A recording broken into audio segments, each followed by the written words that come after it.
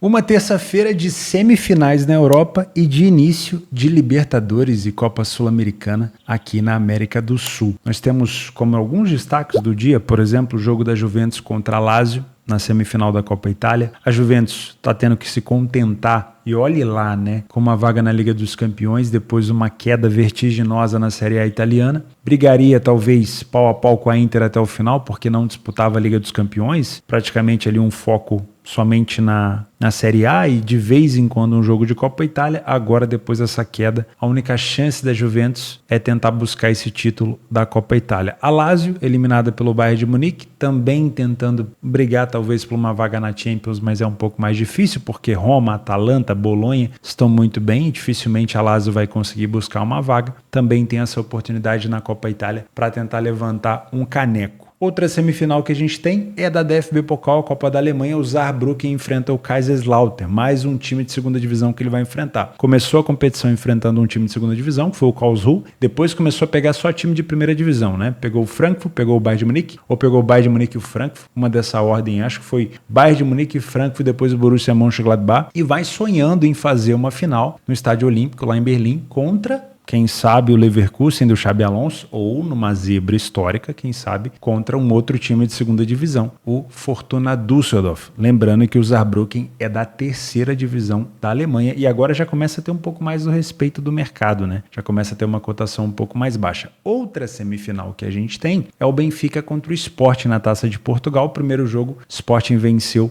2-1. O Benfica precisa pelo menos de uma vitória simples aqui para tentar deixar esse confronto vivo. E temos Libertadores da América, né? O Flamengo estreia contra o Milionários, o Grêmio contra o The Strongest, temos também o Barcelona de Guayaquil jogando contra o Cobresal, tem LDU contra o Universitário, lá na casa do Universitário no Peru, e também tem o River Plate. A gente vai falar sobre isso e também sobre Galatasaray na Turquia, sobre o Tottenham na Inglaterra. Tem outros jogos complementares que a gente pode comentar nessa terça-feira, dia 2 de abril. Meu nome é Theo Borges, eu espero conseguir te ajudar a fazer o melhor planejamento possível para o dia de hoje. Começamos o nosso planejamento às 15h45 na semifinal da Copa da Alemanha, jogo único, para quem não se lembra. O Saarbrücken joga em casa mais uma vez. O Saarbrücken jogou em casa em todos os jogos da competição desde a primeira fase e foi eliminando praticamente os melhores times da competição. Não vou dizer assim, não vou dizer os melhores porque não jogou contra o Leipzig, não jogou contra o Dortmund, não jogou contra o Leverkusen ainda, mas eliminou o Frankfurt, que já foi campeão recentemente, o Bayern de Munique, um dos maiores campeões, eliminou o Gladbach, que é um time muito chato. Então ele vai se colocando como um dos favoritos. Se você elimina equipes favoritas, você acaba se tornando um deles, né? E óbvio que o futebol adora pregar uma peça na gente, né? Você pode ter, às vezes, uma equipe eliminando os grandes e caindo para um pequeno. Não estou aqui dizendo que o Kaiserslautern é pequeno, pelo contrário. A história do Kaiserslautern diz o contrário. O Kaiserslautern ficou muito tempo preso na competição que o Saarbrücken está hoje, que é na terceira divisão. Parecia uma caverna do dragão, né? Mas o Kaiserslautern é um dos maiores campeões da Alemanha. Assim como o Nuremberg, que está preso também na segunda divisão. São os maiores campeões da Alemanha. Então é um time de tradição, time de camisa. Porém, nesse cenário atual, você consegue sim dizer que o Kaiserslautern, nesse momento, é menor do que o Bayern de Munique, né? Que outras equipes da primeira divisão. Então eu não duvido nada que o futebol possa pregar essa peça na gente. Mas eu confesso para vocês que seria muito bonito de ver aqui, falando sobre entretenimento, o Saarbrücken chegando numa final. Porque depois de ter passado pelo Bayern, pelo Frankfurt, pelo Gladbach, cara, merecia pelo menos uma final e provavelmente, se passar, enfrentaria ou enfrentará o Leverkusen do Xabi Alonso, a não ser que alguma coisa muito diferente aconteça, porque o Leverkusen ainda tem um confronto por fazer amanhã contra a equipe do Fortuna Düsseldorf. Eu acredito que esse jogo ele tende a ser um pouco mais estudado no início, mas ele tem características de jogo over, tá? O Saarbrücken é uma equipe boa que poderia estar facilmente na segunda divisão e o Kaiserslautern é uma equipe pirotécnica que poderia facilmente voltar para a terceira. Então é um jogo muito equiparado, tá? Eu não consigo ver esse favoritismo do Kaiserslautern que o mercado está dando aqui, não. Eu acho que é um jogo de fato muito parelho. né? E o Saarbrücken, ele vem de alguns jogos jogando de maneira reativa. E nesse jogo contra o Kaiserslautern, ele não vai precisar fazer isso. Ele pode fazer um jogo de igual para igual. Por isso que ele tem critérios de um jogo mais estudado, porque você vai se aproximando da final e você fica com receio de ser eliminado. Obviamente, você eliminou o Bayern e agora vai enfrentar o Kaiserslautern. Imagina, você sair para o Kaiserslautern. Então, causa um pouco mais de nervosismo, mas ao mesmo tempo você pode voltar para o seu estilo um pouco mais agressivo. Você não precisa jogar só de maneira reativa. O Gladbach, por exemplo, na última eliminação, que o Saarbrücken é a última vítima do Saarbrücken, o Gladbach teve muito domínio de jogo e o Saarbrücken jogou de maneira reativa. Também foi assim contra o Bayern de Munique. Contra o Kaiserslautern, eu não acho que vai ser assim. Eu acho que vai ser um jogo franco. Só que no início, provavelmente um jogo estudado. Esse jogo ele só tende a abrir, pelo fato de ser único, quando a gente tiver o primeiro gol da partida, independente do lado. Utilizando o PDF de apoio, a gente consegue perceber que o Saarbrücken vem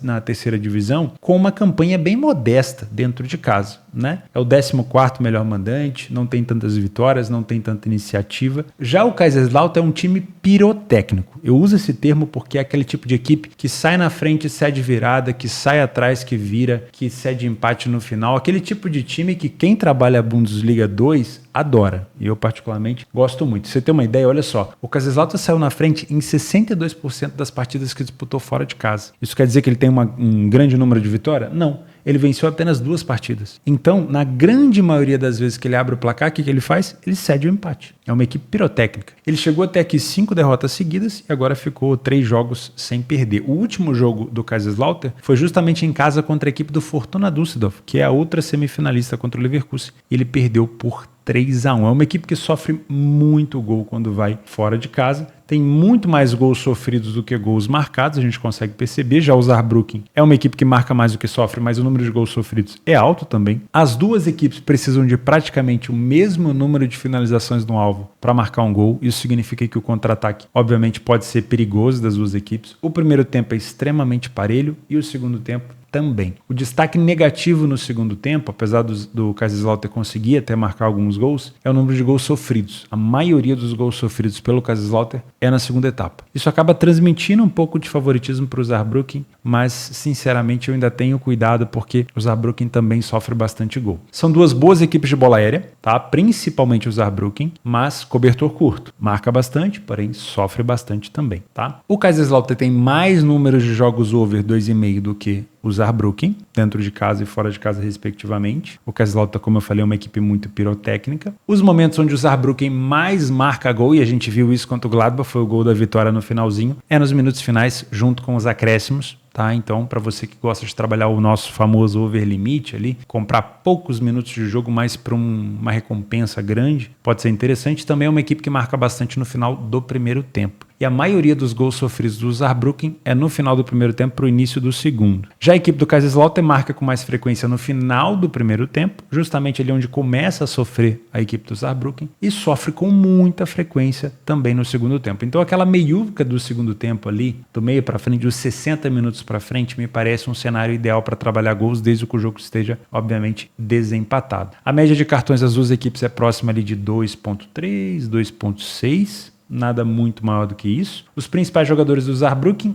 Kai Brunker, aqui vai ser o problema, é eu pronunciar essa galera, né? Atacante com 10 gols e 1 assistência. Aqui o Rabik, ou Rabik, Kazim Rabik, com 6 gols e 6 assistências. E posso falar mais um meia aqui, Mohamed Naif, com 5 gols e 1 assistência. Acho que são os principais. Vamos dar uma olhada nos desfalques. Deixa eu pegar aqui no computador os desfalques da equipe do Saarbrücken. Desfalque em fevereiro, o Aferro, Boné o Aferro, deixa eu ver se ele tá por aqui, vamos voltar ali. Tá aqui, ó. É um defensor, aparentemente era titular, agora deve ter perdido um pouco de espaço, né? Pode ver que ele machucou em fevereiro, então a minutagem dele já tá menor do que a galera aqui de cima. Provavelmente era titular e perdeu vaga, não sabemos o retorno ainda. E aí a galera que machucou no ano passado, não dá pra gente ter, assim, tanta certeza de que são jogadores extremamente relevantes, né? Porque já perderam bastante, vamos dizer assim, vaga na equipe. Você tá quase 4, 5 meses fora, é difícil. Do lado do Kaiserslautern, os principais jogadores, aqui o Ragnarok. Esse jogador, ele é extremamente forte na presença diária, tá? Provavelmente você vai encontrar ele tentando cabecear, fazendo gol de cabeça. Atacante, principal goleador da equipe, não dá tanta assistência, né? Tem o Timotheus Puchaz. deve ser assim que se fala, com 5 assistências, e aqui o Richmond tá aqui, com 6 assistências também. Vamos dar uma olhada nos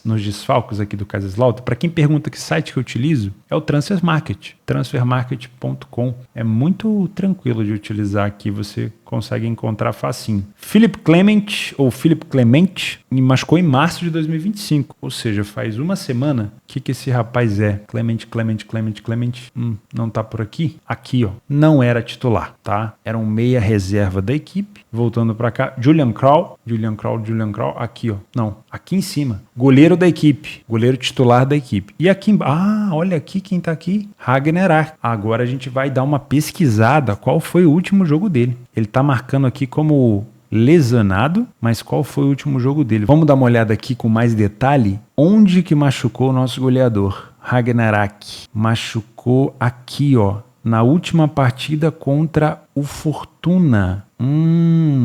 Ele já ficou fora dessa partida, então. Então ele provavelmente machucou contra o Hannover no dia 16 de março. Foi isso? Foi isso, ó. 16 de março. Tá vendo aqui em cima? Então ele machucou contra o Hannover no jogo fora de casa. E aí contra o Fortuna ele já não jogou, a equipe dele perdeu, só marcou um gol. E ele é dúvida provavelmente contra o time do Saarbrücken. Isso aqui é uma informação muito importante, tá? O nível de importância desse jogador, que tem 14 gols, é extremo. O segundo goleador da equipe, que é o Marlon Ritter, tem 4 gols e o Tomiak tem 4 gols. Só ele tem 14. Isso aqui eu tô falando só de Bundesliga 2, tá? Não no geral. Então é muito importante, isso aí fica um para casa para você, por isso que a gente não pode fazer análise rasa. Olha que importante isso daqui. É muito importante você verificar 1 hora antes do jogo se esse senhor aqui estará presente. Ragnar Ach, tem nome de série, né? É muito importante, tá? É o extremo goleador da equipe. Então verifica aí se ele vai jogar ou não, porque um desfalque desse jogador aqui, como ele desfalcou já no jogo contra o Fortuna, pode ser que ele tenha sido poupado contra o Fortuna para poder jogar contra o Saarbrücken, mas verifica. Um desfalque dele por aqui, realmente essa cotação do Kaiserslautern ela vai ter que mexer ou durante o jogo a gente vai sentir falta desse jogador, tá? E claro, isso também influencia no quê? No mercado de gols. Se o maior atacante do Kaiserslautern não joga, a nossa expectativa de gols ela tem que dar uma segurada, porque como eu falei, o nervosismo vai pairar um pouquinho no Saarbrücken. Não acho que vai ser um jogo assim muito laical o tempo todo. Primeiro deve ser um jogo estudado, mas esse desfalque aqui, se ele for confirmado, é muito complicado, muito complexo. Tá? Se você é um trader por aqui, como é um jogo de característica de Bundesliga 2, mesmo o Saarbrücken sendo da terceira divisão, eu não aconselho trabalhar mercado de match odds, mercado de resultado final, trabalhando correção de preço, tá? Isso no ao vivo. Não aconselho porque é muito comum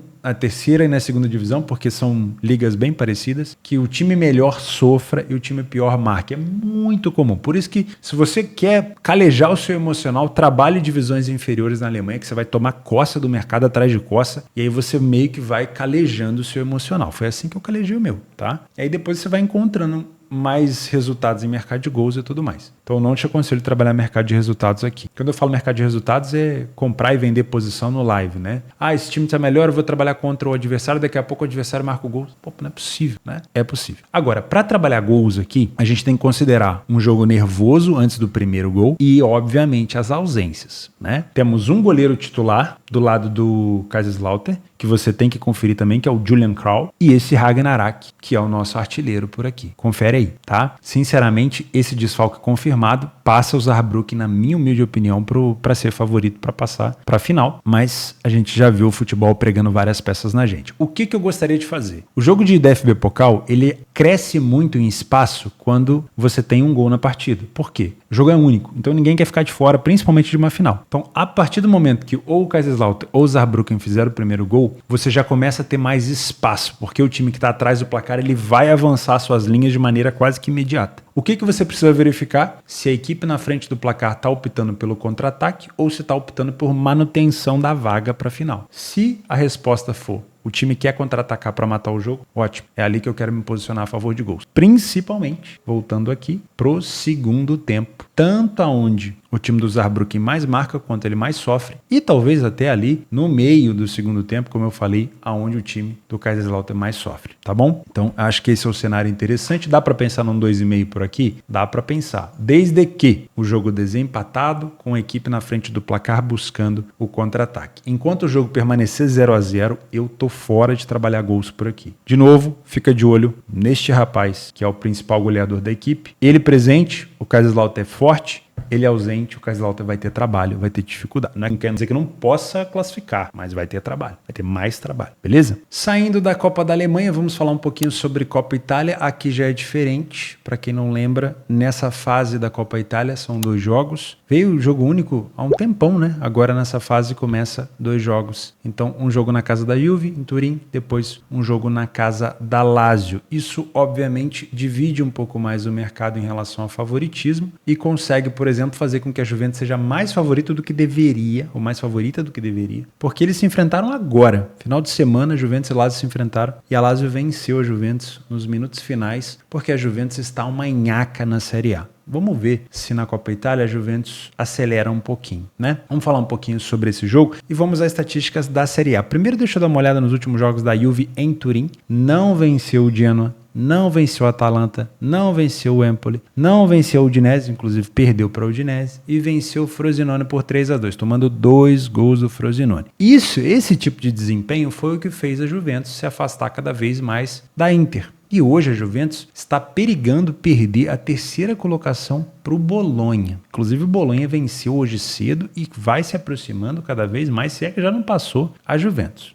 Então a Juventus está em queda livre, como eu falei no início, uma queda vertiginosa. Tá? A Lazio, fora de casa, venceu o Frosinone, mesmo placar que a Juventus também venceu. Havia perdido para o Bayern de Munique e foi eliminado da Liga dos Campeões, perdeu para a Fiorentina, venceu o Torino e venceu o Cagliari. Das últimas vezes que eles se enfrentaram, a Lazio acabou de vencer a Juventus, como eu falei. Porém, quando a Lazio visita a Juventus em Turim, perdeu de 3-0, de 3-1 e de 1-0. Não costuma ser fácil para a Lazio enfrentar a Juve na sua casa. Utilizando o PDF de apoio, a gente consegue perceber que a Juventus tinha um excelente desempenho. Esses últimos jogos é que dificultou a vida da Juve, né? 60% de vitória não é um desempenho ruim. Só que quando você quer ser campeão e disputar com a Inter, você tem que bater um aproveitamento acima de 90%, porque a Inter tem quase 100% de aproveitamento em casa. Então fica difícil, né? Então a Juventus acabou dando adeus ali ao título, dificilmente vai conseguir brigar. É uma equipe que sai na frente em 73% dos jogos, não falta iniciativa para a Juve. A Lazio não tem tantas vitórias assim fora de casa, mas tem bastante iniciativa. Isso quer dizer que a Lazio tem dificuldade de segurar um pouco as vantagens, né, que constrói. As duas equipes têm o mesmo número de gols marcados e a mesma média de gols marcados, porém o time da Lazio toma mais que o dobro de gols do que a Juve. A defesa da Juventus sempre foi uma característica muito forte da equipe e a Lazio tem dificuldades de se proteger lá atrás. Então uma equipe que sofre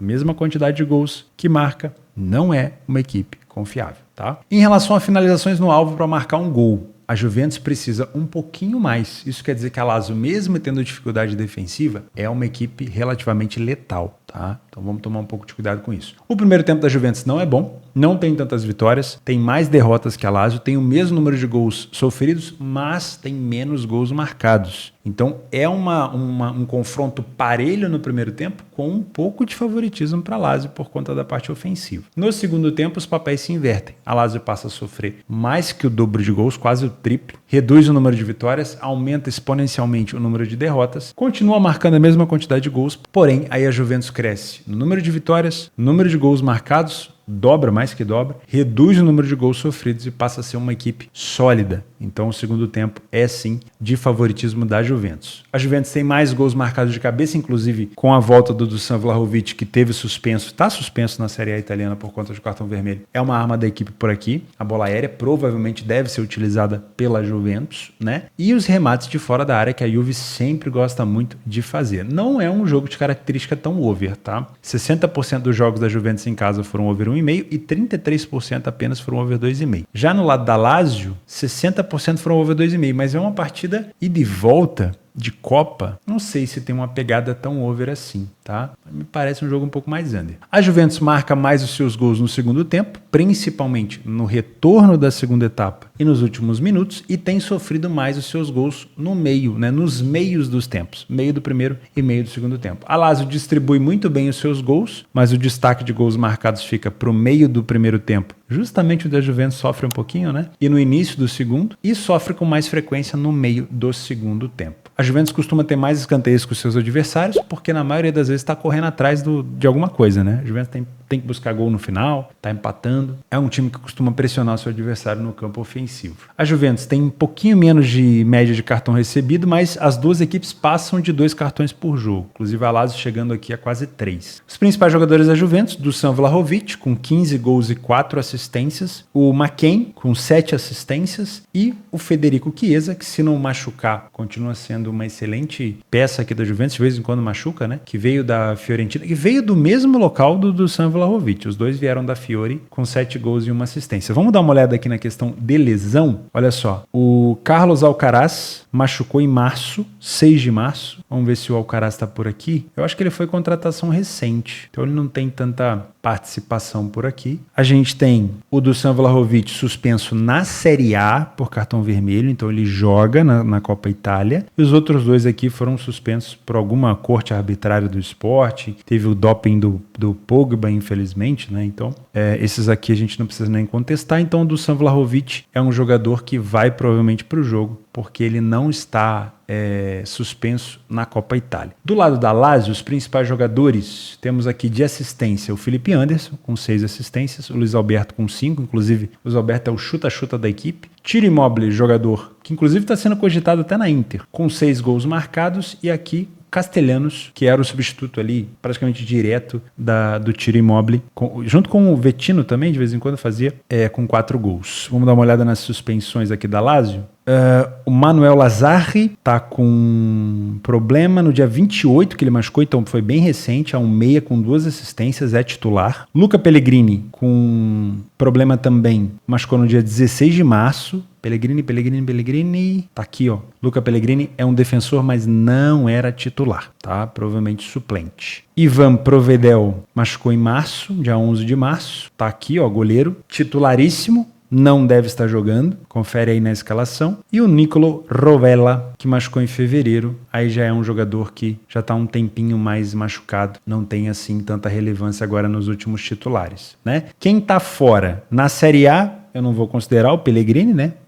Ele é dúvida por conta de lesão, mas ele está suspenso na Série A. Mas o Pedro sim, ele está suspenso por conta do cartão vermelho indireto aqui, né? Então o Pedro aqui, ó, Pedro Rodrigues com 1 gol, não é o atacante titular da equipe, geralmente é coadjuvante, perdeu espaço no time da Lazio, mas num jogo como esse é sempre importante, acabou ficando de fora, então vai cair aqui em cima ou do Immobile, se ele não estiver disponível, em cima do Castellano, tá? O Matias Zaccani também chegava junto aqui em relação a gols, tá? Também é um jogador interessante, mas o chuta-chuta da equipe, você que gosta de trabalhar a finalização, é Luiz Alberto, Felipe Anderson e aí, quem sabe também, o Ciro Immobile. É um jogo para correção de preço, né? Para trabalhar quem tá melhor em campo, a favor de quem tá melhor ou contra quem tá pior? Sim. Para mim é um jogo mais estudado. É um jogo com uma tendência, pelo menos nesse primeiro jogo, de ser um pouco mais under. É característica da Série A, esse primeiro jogo de semifinal ser um pouco mais under. E é diferente da Copa da Alemanha, né? Da DFB Pokal, porque é um jogo, lá é um jogo único, esse aqui é um jogo mais estudado, ida e volta. Então dá sim para tentar buscar talvez uma Juventus muito bem no início, trabalhar contra a Lazio, ou uma Juventus muito desnorteada no início, pegar uma correção da Juventus. Não vejo problema aqui. Se você é um Panther, eu gosto de pensar que a Juventus vai tomar um pouco de vergonha na cara e vai olhar para a Copa Itália com outros olhos, com uma chance de ser campeã. Para mim, a Juventus tem mais no papel, tem mais time que a Lazio, tá? E também acabou de tomar uma porrada da Lazio fora. Foi 1-0, mas é aquele 1-0 doído porque era jogo de Série A. E a Juventus vai ficando cada vez mais distante do título e quem sabe até ameaçada de conseguir vaga na Champions. Então, a Juventus pode tentar dar uma resposta, uma cotação um pouquinho mais alta da Juve aqui para um empate a nula pode ser interessante. tá? Para mercado de gols eu não puxaria a corda. Eu vejo um jogo para um gol, para no máximo 2, pode ser mais, mas eu não me arriscaria por aqui. Tá? A não ser que a Juventus consiga, sei lá, abrir uma vantagem de 2-0 e a Lazio comece a vir para cima, o que eu não vejo tanta necessidade de uma exposição alta da Lazio porque tem um jogo da volta. Então se for trabalhar gols, no máximo eu, Theo, olharia para o over 1,5, mas me parece um jogo com uma tendência um pouco mais de under goals, inclusive o under 3,5 está mais esmagado, então não puxaria a corda, como eu digo,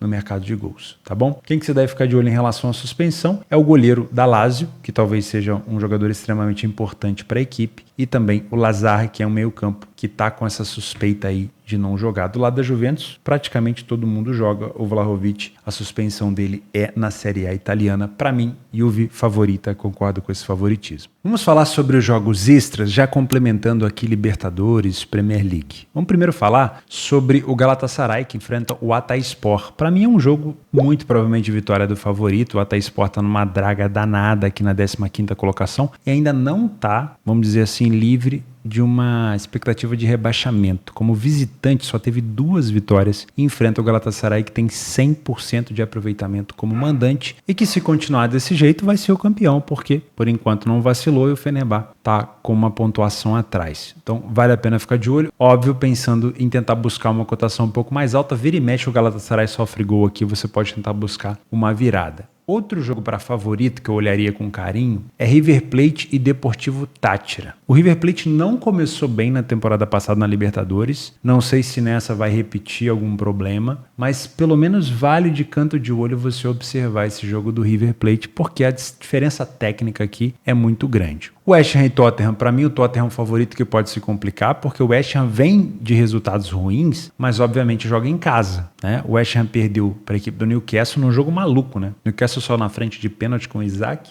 O West Ham virou e chegou a 3-1 e aí depois o Newcastle revirou o jogo, né? Então é um resultado que pressiona um pouquinho o West Ham e obviamente faz com que o Tottenham, que está em boa fase, enfrente um adversário muito chato. Então, para mim, é um jogo mais parelho. Eu não tô vendo tanto favoritismo assim do Tottenham. Para mim, é um jogo para correção de preço. Aí vamos falar de Libertadores. Tanto o Grêmio quanto o Flamengo enfrentam altitudes. Só que aqui são níveis de altitudes diferentes. Por exemplo, o Flamengo enfrenta o Milionários no estádio El Campín, em Bogotá. É o jogo, se eu não me engano, é o estádio, aqui ó, 1, 2, 3, 4, 5, 6, é o 7º estádio em altitude, com a maior altitude aqui na Libertadores, tá? Sinceramente não é uma das maiores altitudes, mas obviamente isso pode interferir um pouco no desempenho do Flamengo. É favorito? É. Tá muito bem encaixado com o Tite? Sim. O Milionários também poupou a maioria dos jogadores no último jogo para poder enfrentar o Flamengo, os titulares, então nem se fala. Então é um jogo onde o Flamengo tem que tomar um pouco de cuidado com essa questão da altitude. Geralmente na altitude, o segundo tempo para o time brasileiro é sempre muito mais difícil. A gente viu agora recentemente o Fluminense enfrentando a LDU, que a LDU, deixa eu ver, a LDU tem um 3º estádio, se eu não me engano, na lista aqui dos piores, né, com 2.850 metros. O Fluminense, campeão da América, sofreu pra caramba contra a LDU, né? Então o Flamengo vai ter um pouco de dificuldade aqui e provavelmente no segundo tempo tende a ter um pouco ainda mais de dificuldade física. Então, é sempre bom tomar um pouco de cuidado. Para mim, o Flamengo pode se complicar por conta desse fator, mas tecnicamente falando, acho que o Flamengo está muito encaixado, principalmente na parte defensiva com o Tite. Outro brasileiro que pode ter problema aqui com a questão da altitude é o Grêmio. Aí o Grêmio já pega uma furada um pouco maior, porque ó, depois do estádio do Milionários em Bogotá, você tem o do Alcas com 2.850, o do El Nacional com 2.850, o Del Valle com 2.850, aí você já sobe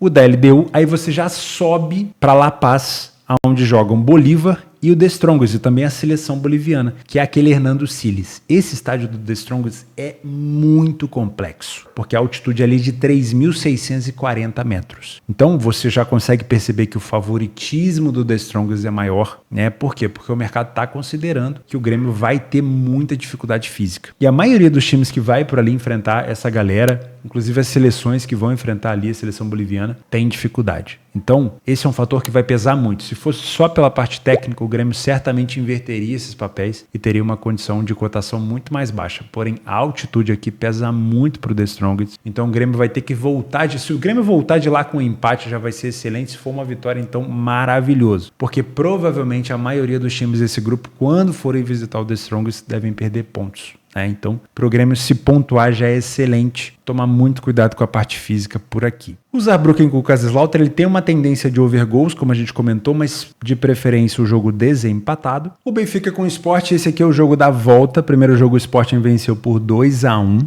E sinceramente aqui já tem atrelado a questão da rivalidade. Então, independente se o foco do Sporting esse ano é ganhar a Liga de Portugal, provavelmente o Sporting vai querer se classificar aqui contra o Benfica. Pelo que eu vi aqui em relação à lesão ou desfalque, o Pedro Gonçalves está com uma suspeita de lesão. No dia 15 de março ele machucou, não sei se ele já voltou. E aqui quando eu olho os números do Pedro, pelo menos no Campeonato Português, é o terceiro maior artilheiro da equipe, atrás do Paulinho e do Gyökeres, e é um dos maiores assistentes da equipe junto com o Gyökeres. Então, em relação à importância para a equipe, essa lesão do Pedro Gonçalves, o Pote, ela deve ser conferida por você antes de fazer esse jogo, tá? Além disso, o goleiro, o Adam, que é titular, também tem uma suspeita de lesão aqui. Então, para casa para você é conferir se o Antônio Adam e se o Pote, o Pedro Gonçalves, vão jogar ou não. Lembrando, a necessidade é do Benfica, mas isso não quer dizer que o Benfica seja favorito. Por quê? Porque ao partir para cima, o Benfica vai ter dificuldade de segurar o Sport, né? O Sport, principalmente olhando ali para o Gyökeres, que é um atacante muito forte. Eu sempre comento para vocês, se você quer trabalhar mercado de finalização, de gols, o Gyökeres provavelmente é o seu rapaz ali para você ficar de olho. Além, obviamente, do Paulinho, que é um jogador extremamente importante. Mas para mim, inicialmente é um jogo para correção de preço, tá? Eu não acho que o Benfica vai se expor igual um maluco, porque não tem necessidade, é apenas um gol de desvantagem. Então, até que, por exemplo, o Sporting faça o primeiro gol e aí deixa ali 2 gols de desvantagem para o Benfica, ou que o Benfica consiga fazer 2 gols e aí inverta essa classificatória, eu não olharia para o mercado de gols com tanto afinco. Eu esperaria primeiro o primeiro gol, de preferência, se for para pensar assim em desespero, do Sport, né? Agora, se o Benfica fizer 2 gols também, esse jogo tende a abrir. O Barcelona, fora de casa contra o Cobressal, também é um jogo interessante para correção de preço, assim como a LDU Universitário. Outros jogos que você pode trabalhar como extra, mas que são jogos com muita liquidez, que são jogos excelentes,